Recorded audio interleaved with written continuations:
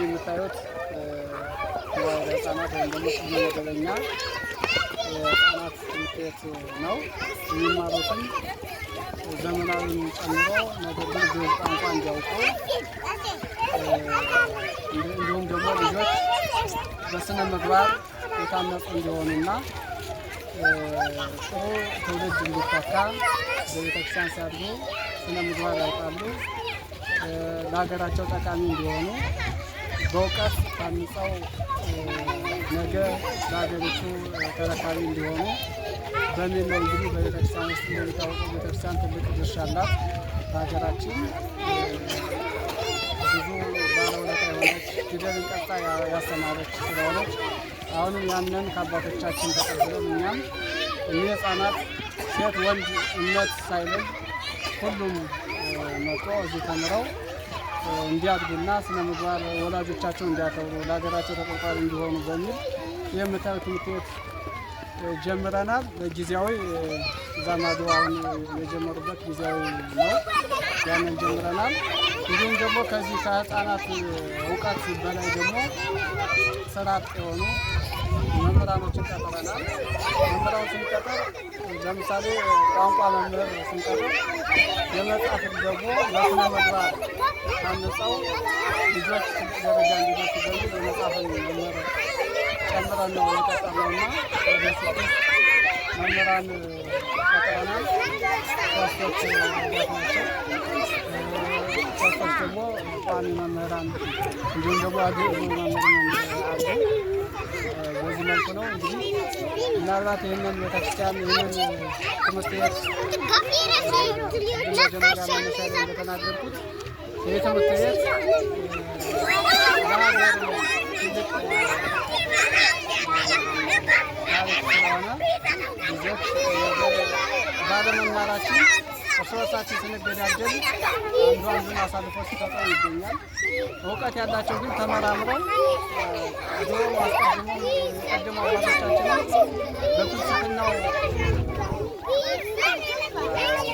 መንገድ ቤተክርስቲያን ትልቅ አባቶቻችን ትልቅ ድርሻ አላቸውና ተፈላሳሽ ሆነው ነገ ትልቅ እኛ ባልማር ልጆቻችን ተምረው ትልቅ ደረጃ እንዲደርሱ ስለሆነ የትኛውም ኢትዮጵያዊ የትኛውም ሰው ማህበረሰብ ስለሚመለከተው ቤተክርስቲያን ደግሞ እንደምታወቀው ብሔር ቋንቋ ስለዚህ እንደምታዩት ጾታ ማይለ ሁሉም የሚማሩበት ትምህርት ቤት ስለሆነ የሚመለከቱ የተጀመረ ህንፃ በቀጣይ ዓመት የሚጀምርበት ስለሆነ መርዳት የምትችሉ እንድታገኙ እናሳስባለን።